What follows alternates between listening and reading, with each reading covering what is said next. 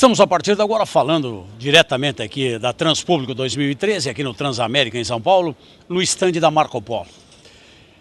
Estamos num conflito aí no Brasil para baixar o preço das passagens, para realmente mudar esse país em várias coisas. A gente vem discutindo há muito tempo o problema da mobilidade, da falta de qualidade da estrutura das nossas cidades. Qual é a realidade, na visão da Marco Polo, de investir em tecnologia, em trazer um produto realmente a nível mundial e não ter a contrapartida na estrutura das cidades para operar esse produto? É verdade, você tem razão. O fato é que essa discussão da qualidade do transporte, ela se dá claramente entre a infraestrutura e os produtos ali colocados. Os produtos colocados, na verdade, a Marco Polo e a indústria nacional tem toda a condição de suprir no melhor nível mundial. Então aí não há nenhum gap, nenhum diferencial. Tanto o chassis quanto as carrocerias, e no caso das carrocerias da Marco Polo, é o que tem de mais moderno no mundo, é a mesma tecnologia que a gente usa no Brasil e usa nos outros países, enfim. Nesse sentido não tem nenhum diferencial. A parte da infraestrutura, infelizmente, o fato é que os nossos governos arrecadam muito, mas tem custo muito alto para operar e não resta o suficiente para investir e o investimento, portanto, está sempre atrasado, sempre deficiente e a gente está tendo que correr atrás, na verdade, quando oferece o serviço, que é composto de infraestrutura e o produto, aí você acaba tendo uma média que não fica tão bem ou tão no nível desejado, digamos. A grande mensagem é que a prioridade foi outra, não foi o público, é isso?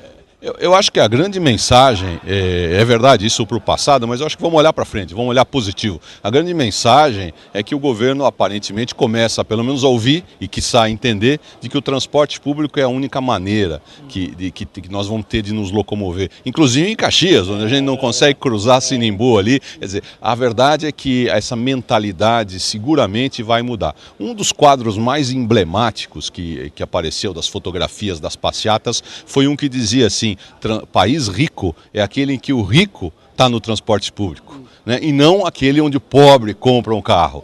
O carro, aliás, tem uma outra maneira talvez engraçada de dizer, o carro antigamente a gente chamava de carro de passeio. Pois é, então é para passear, porque se for por dia inteiro andando o carro de um lugar a outro, não temos vias. As cidades já estão adensadas, vamos dizer, do ponto de vista de ruas, elas não vão se multiplicar, então a quantidade de carros a serem utilizados tem que diminuir. Se nós vamos diminuir a quantidade de carro, mas vamos ter o nosso carro para o passeio, para trabalhar, para o nosso dia a dia, a gente vai ter que usar o transporte público. E aí a gente tem aqui ônibus de primeira categoria, com todo, você pode ir para trabalhar usando o Hi-Fi, quer dizer, está se conectando nas redes sociais, e o ônibus te leva rapidamente onde você tem que ir, te leva com segurança. Já existem câmeras internas, já existe maneira de dar segurança, ar-condicionado, segurança, tudo que quiser já existe. É questão agora de a gente ouvir o clamor popular, né? Principalmente os nossos governantes ouvirem o clamor popular e passarem a realmente priorizar o transporte público. E o transporte, então, particular vai ser usado num outro formato. Dessa forma a gente vai ganhar qualidade de vida e todos nós usaremos mais o transporte público, alegremente.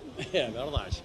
Um incentivo, por exemplo, a desoneração no combustível, por exemplo, do ônibus. Tu tem para aviação, mas não tem para o ônibus. É verdade, tem razão. Eu acho que aí vem a questão. Uma vez que nós decidamos, enquanto sociedade, que devemos priorizar o transporte público, aí uma série de medidas terão que ser tomadas nessa direção. Quer dizer, esse fica sendo o guideline, a linha principal, o driver onde a gente vai utilizar como força motor. E aí vamos começar a ver então como fazer. Uma delas, a desoneração do combustível, a retirada do pedágio do ônibus, a desoneração de tudo que tiver ligado ao transporte público. E aí sim a gente vai fazer baixar esse custo. Também se discute até subsídio ou desonerações cruzadas. A gente acaba colocando um pouco mais de encargo numa coisa e facilitar outra, no sentido de fazer o serviço realmente aumentar a qualidade. Quer dizer, aumentar a qualidade significa investir mais e baixar a tarifa, que são duas coisas que, em princípio, não vão conversar sozinhas sem o apoio do governo e do governo, que eu digo, em todas as suas instâncias, para fazer isso acontecer. E é o que tem que acontecer. Melhora a qualidade de vida de todos nós. É verdade. E aí a gente vem a preocupação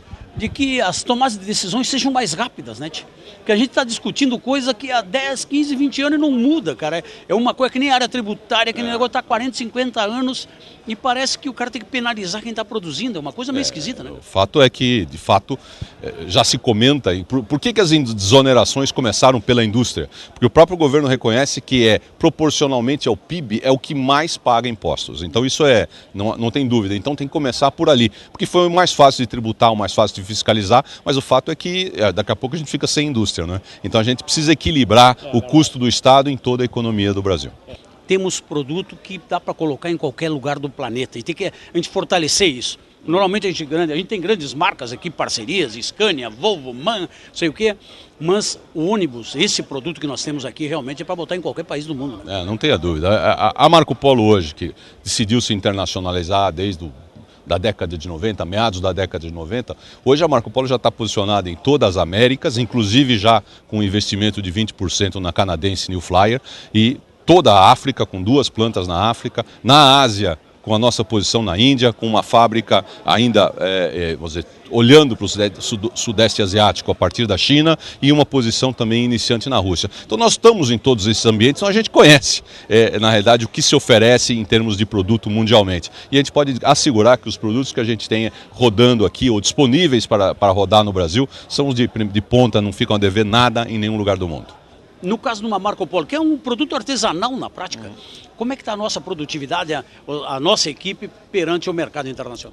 Olha, em termos de produtividade diária, os nossos funcionários brasileiros, nossos colaboradores aqui no Brasil, estão num nível muito bom, não perdem das melhores posições no mundo. Agora, quando começam a colocar os custos associados, e quando a gente vê, por exemplo, que passados, desde a entrada do Plano Real, a gente, por exemplo, o Plano Real entrou e era $1 para R$1.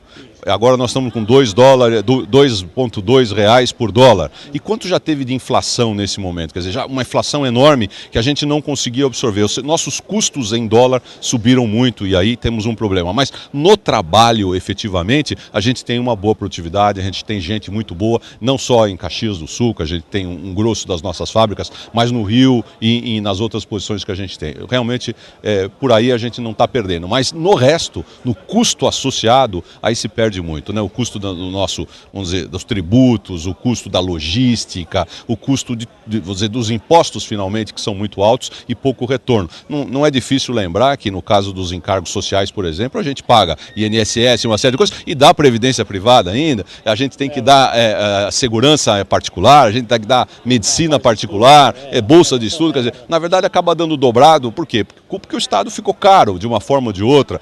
E não consegue atender. Então, isso é um problema que a gente vai ter que resolver, não é um problema de um governo ou de algum. Não estamos no partido A, B, C, isso não importa. O que importa é uma realidade. O custo Brasil hoje tem que ser atacado. Então, ao mesmo tempo que a gente diz, olha, o transporte público é uma prioridade, tem que dizer também, olha, o custo Brasil também é uma prioridade.